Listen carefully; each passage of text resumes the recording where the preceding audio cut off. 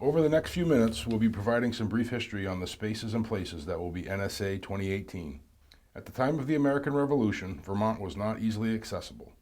A few military roads and major waterways such as the Connecticut and Winooski River and Lake Champlain provided the best routes through the territory. In the early 18th century, small earthen roads carried travelers by foot or horseback. Ox teams were used for hauling heavy or large loads overland.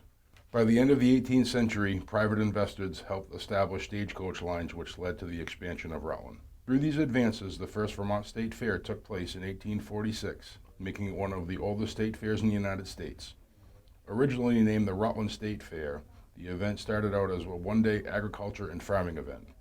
The first fair took place in a field near Castleton, Vermont. The fair became popular enough that in 1849, the Rutland Railroad began adding extra cars to the trains to bring people from all over Vermont and western New York to visit. After moving around Rutland County for a few years, the fair was given a permanent home in 1856. The land at 175 South Main Street, Rutland, Vermont, was originally known as the Rutland County Park. The fair, which was officially named in 1972 as the Vermont State Fair, is still held at this location today.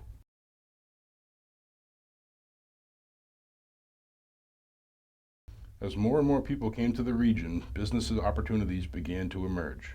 Vermont businessman and politician Redfield Proctor Sr. founded the Vermont Marble Company in 1880 when he merged several smaller Vermont marble manufacturing operations into one entity. During its heyday between 1880 and the 1930s, the Vermont Marble Company grew to be not only the largest marble manufacturer in the world, but one of the world's largest companies.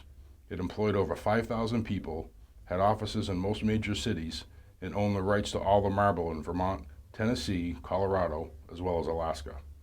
There are prominent buildings and monuments made from Vermont marble all over the United States and the world, including many significant Washington, D.C. structures, including the Thomas Jefferson Memorial, the Tomb of the Unknown Soldier, and the Lincoln Memorial.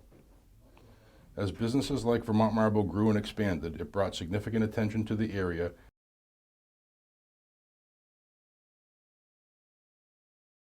and in the early part of the 20th century, many called the Rutland Playhouse Theater one of the finest theaters in America, and very few reportedly were more artistically designed or appointed. Built in 1912 and 1913 by George T. Chaffee, the theater opened in January 16, 1914. The classical style exterior architecture of the building reflected the City Beautiful movement of the time, while the interior took on the look of a Victorian opera house. The theater provides seating for 1,000 patrons in the orchestra, balcony, and 6 boxes flanking the proscenium arch.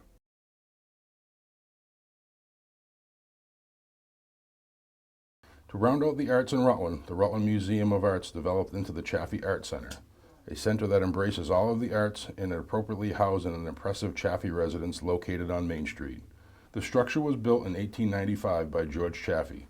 After serving as the family dwelling, the house was closed for nearly 35 years until it was reopened in 1961 as part of the Rutland Bicentennial celebration. The success of the bicentennial endeavor prompted a small group of citizens to immediately form an association for the sole purpose of establishing a permanent art center in the area. Today, the Chaffee has expanded into the downtown with additional gallery space among the shops and restaurants, creating a unique and memorable experience.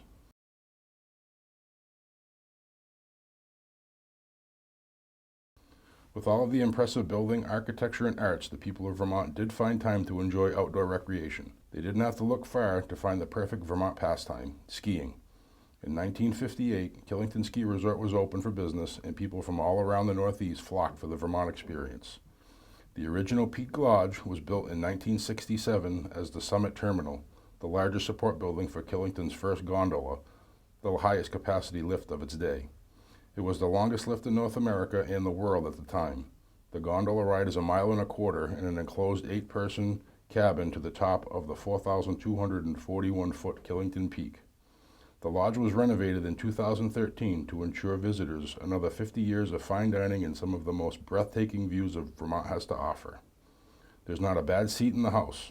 Every table is within view of the floor-to-ceiling windows, providing a panoramic view of 5 states, Canada, and 3 mountain ranges, the Greens, Whites, and Adirondacks.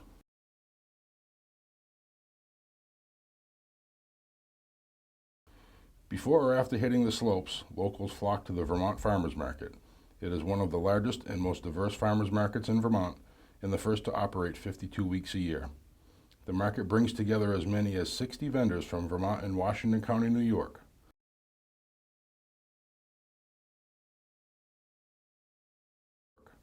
Boardman Hill Farm, one of the most respected growers in Rutland, is a family-run farm that raises healthy, fresh, certified organic vegetables, pork, and chicken on 10 acres in West Rutland, Vermont.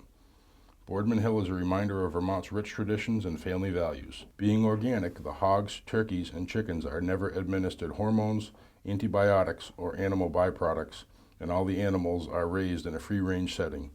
Take a tour of a real working farm because, as we all know, your food does not come from a grocery store.